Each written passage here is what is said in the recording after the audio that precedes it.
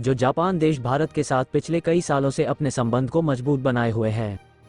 और भारत के साथ अच्छा खासा व्यापार कर रहा है, उसी जापान ने अमेरिका के एक इशारे पर भारत के खिलाफ कुछ ऐसे कदम उठा लिए हैं जिससे दोनों देशों के संबंध में दरार आ सकता है, क्योंकि जापान ने कई भारतीय कंपनियों पर प्रतिबंध लगा दिया है और भारत के साथ साथ चीन, यूएई और कजाकिस्तान की कंपनियों पर भी बैन लगाया गया है। वहीं दूसरी तरफ बड़ी खबर यह है कि कजाकिस्तान में होने वाली मीटिंग को भारत के प्रधानमंत्री नरेंद्र मोदी जी अटेंड नहीं करेंगे। आपको बता दें कि हाल ही में रूस और चीन के प्रेसिडेंट के साथ कजाकिस्तान में भारत की बहुत बड़ी मीटिंग होने वाली थी।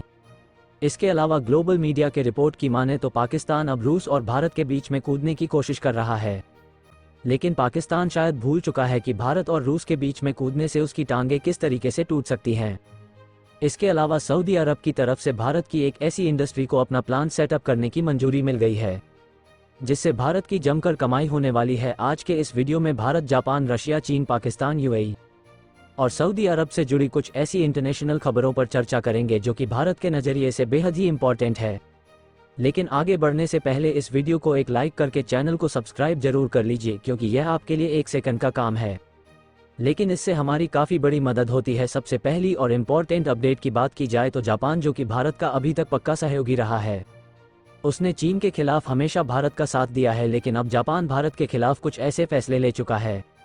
जिससे भारत और जापान के बीच का संबंध बिगड़ सकता है। दरअसल देखा जाए तो जापान की तरफ से भारत की कई कंपनियों पर सैंक्शंस यानी कि प्रतिबंध लगाया जा चुका है। हालांकि इन कंपनियों का नाम अभी उजागर नहीं किया गया है, लेकिन इनमें कई छोटी बड़ी भारतीय कंपनियां शामिल हैं। रिपोर्ट की माने तो कुल ऐसी 11 कंपनियां हैं जिस पर प्रतिबंध लगाया गया है, और न सिर्फ भारतीय कंपनियों पर प्रतिबंध लगाया गया है बल्कि भारत के साथ साथ यूएई, चीन, सऊदी अरब और कजाकिस्तान की कई कंपनियां भी शामिल हैं। एक्सपर्ट का मानना है कि जापान ने ये कदम अमेरिका के इशारे पर उठाया है, और जिन कंपनियों पर प्रतिबंध लगाया जा चुका है ये कंपनियां अब रूस के साथ किसी भी प्रकार का व्यापार नहीं कर सकती। यहां तक कि इन कंपनियों की संपत्ति जब्त करना और निर्यात पर प्रतिबंध लगाना शामिल है। जापान ने कहा है कि भारत की इन कंपनियों ने रूस के साथ ऐसा कारोबार किया है जिससे यूक्रेन पर अटैक के उपाय से बचने में मदद मिली है। लेकिन जापान के द्वारा भारतीय कंपनियों पर प्रतिबंध लगाना भारत और जापान के रिश्ते पर किस तरीके से असर डाल सकता है, इसका अंदाजा आप इस बात से लगा सकते हैं कि अभी तक न सिर्फ भारत और जापान की पॉलिटिकल रिलेशन मजबूत है, बल्कि भारत और जापान के बीच व्यापारिक संबंध इस समय काफ़ी ज़्यादा मजबूत हो चुके हैं। और फिर चाहे बुलेट ट्रेन हो या फिर इंफ्रास्ट्रक्चर डेवलपमेंट में रेलवे और ब्रिज से संबंधित प्रोजेक्ट, इन सब में भारत और जापान दोनों देश मिलकर काम कर रहे हैं। और इसमें जहां इन्वेस्टमेंट भारत की तरफ से की जा रही है, वहीं इसमें जापान भी इन्वेस्टमेंट के साथ खुद की टेक्नोलॉजी ट्रांसफ़र कर रहा है। फिलहाल आपको बता दें कि भारत की किस कंपनी पर जापान ने प्रतिबंध लगाया है। जापान ने इसका खुलासा अभी नहीं किया है, लेकिन इन सब के पीछे अमेरिका का हाथ बताया जा रहा है, क्योंकि अमेरिका किसी से नहीं छिपा है और अमेरिका ने खुद रूस की कई कंपनियों पर ऑलरेडी प्रतिबंध लगाया भी है। वैसे देखा जाए तो पिछले 26 सालों में ऐसा पहली बार हुआ है जब जापान ने किसी भारतीय फर्म पर प्रतिबंध लगाया है। अगली बड़ी अपडेट की बात करें तो हाल ही में कजाकिस्तान में एसीओ शिखर सम्मेलन के तहत एक मीटिंग होनी है जिसमें रूस और चीन के प्रेसिडेंट भी शामिल होने वाले हैं, और इसमें प्रधानमंत्री नरेंद्र मोदी को भी शामिल होना है। लेकिन बड़ी खबर यह है कि प्रधानमंत्री नरेंद्र मोदी जी इस मीटिंग को अटेंड नहीं करेंगे, बल्कि उनके बजाय भारत के विदेश मंत्री एस जयशंकर जी उस मीटिंग को अटेंड करने जा रहे हैं। लेकिन यहाँ पर सोचने वाली बात यह है कि आखिरकार भारत के प्रधानमंत्री नरेंद्र मोदी जी इस मीटिंग को अटेंड क्यों नहीं कर रहे हैं, जबकि देखा जाए तो यहाँ पर रूस के राष्ट्रपति व्लादिमीर पुतिन और चीन के राष्ट्रपति शी जिनपिंग के साथ साथ सेंट्रल एशियाई देश के कई अन्य नेता भी शामिल होंगे। तो इसके लिए आपको बता दें कि आधिकारिक सूत्रों ने ये जानकारी दी कि एसएसओ शिखर समिट 3 या 4 जुलाई के बीच आयोजित की जा रही है,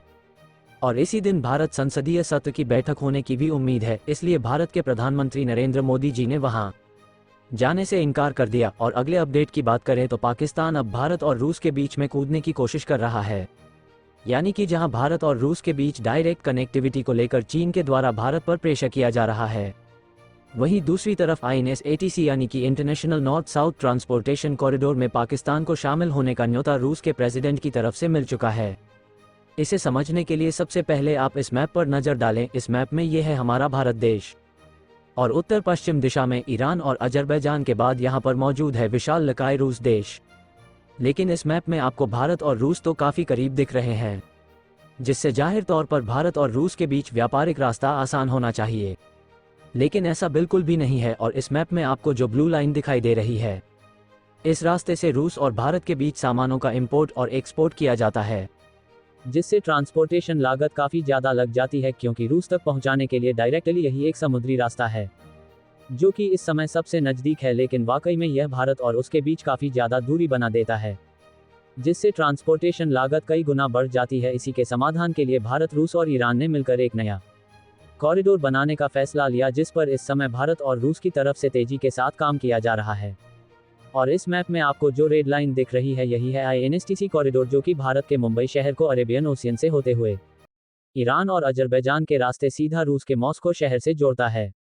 और इसकी लंबाई लगभग 7,200 किलोमीटर के करीब है। और इस नए रास्ते से ट्रांसपोर्टेशन करने में न सिर्फ समय की बचत होगी, बल्कि लागत कम होने के साथ साथ अमेरिकी प्रतिबंधों का कोई भी असर नहीं पड़ेगा। लेकिन अब खबर निकल कर आ रही है कि इस ट्रेड रूट में पाकिस्तान भी शामिल होने जा रहा है, जिसकी की परमिशन खुद रूस की प्रेसिडेंट की तरफ से मिल गई है, जिससे पाकिस्तान इस परियोजना में आर्थिक साझेदार के नाते शामिल होने जा रहा है। हालांकि भारत के लिए चिंता वाली बात जरूर है, लेकिन यहाँ हंसने वाली बात यह है कि जिस कंगाल देश के पास रोटी खाने के लिए पैसे नहीं है और इंटरनेशनल लेवल पर आर्थिक साझेदारी करने की शुरुआत कर रहा है, अगली बड़ी खबर भारत की स्टील इंडस्ट्रीज को लेकर आ रही है। क्योंकि पिछले कुछ सालों में चीनी कंपनियों के कारण भारत की स्टील इंडस्ट्री में जिस तरीके से गिरावट आई है, उससे हमारा काफ़ी ज़्यादा नुकसान हुआ है। इसलिए भारत की कंपनियां कुछ ऐसे प्लान बना रही थी ताकि भारत की स्टील एक्सपोर्ट को कई गुना तक बढ़ाया जा सके। और अच्छी खबर यह है कि भारतीय कंपनियां स्टील इंडस्ट्री को आगे बढ़ाने में कामयाबी हासिल कर रही हैं। जहां मेटल्स की माइनिंग और स्टील वाले प्रोजेक्ट के कंस्ट्रक्शन में भारत की सबसे बड़ी मल्टीनेशनल मानी जाने वाली कंपनी एसआर ग्रुप सऊदी अरब में लगभग $45 बिलियन इन्वेस्ट करके स्टील प्रोडक्शन प्लांट को सेटअप करने जा रही है। फिलहाल अभी सऊदी अरब के अप्रूवल का इंतजार किया जा रहा है, और इस कंपनी को अप्रूवल मिल जाने के बाद ये सऊदी अरब में बंदरगाह सुविधाओं के साथ 4 मिलियन टन प्रति वर्ष की क्षमता वाले स्टील प्लांट पर काम करना शुरू कर देगी। तो ये रही आज की कुछ बड़ी अंतर्राष्ट्रीय खबरें, जिनमें हमने ने भारत, जापान, सऊदी अरब, रूस और अमेरिका से जुड़ी खबरों की चर्चा की। बाकी आप लोगों का जापान के द्वारा भारतीय कंपनियों पर लगाए गए प्रतिबंध के बारे में क्या सोचना है? अपनी राय कमेंट में जरूर बताएं, और इस वीडियो को एक लाइक करके अपने मित्रों तक शेयर जरूर करें ताकि उन्हें भी जानकारी मिल सके। इसी तरह और भी नॉलेजेबल वीडियो देखने के लिए चैनल को सब्सक्राइब करके बेल आइकन को ऑल पर जरूर सेलेक्ट करें। उम्मीद है इसलिए भारत के प्रधानमंत्री नरेंद्र मोदी जी ने वहां जाने से इनकार कर दिया। और अगले अपडेट की बात करें तो पाकिस्तान अब भारत और रूस के बीच में कूदने की कोशिश कर रहा है, यानी कि जहां भारत और रूस के बीच डायरेक्ट कनेक्टिविटी को लेकर चीन के द्वारा भारत पर प्रेशर किया जा रहा है, वहीं दूसरी तरफ INSATC यानी कि international north south transportation corridor में पाकिस्तान को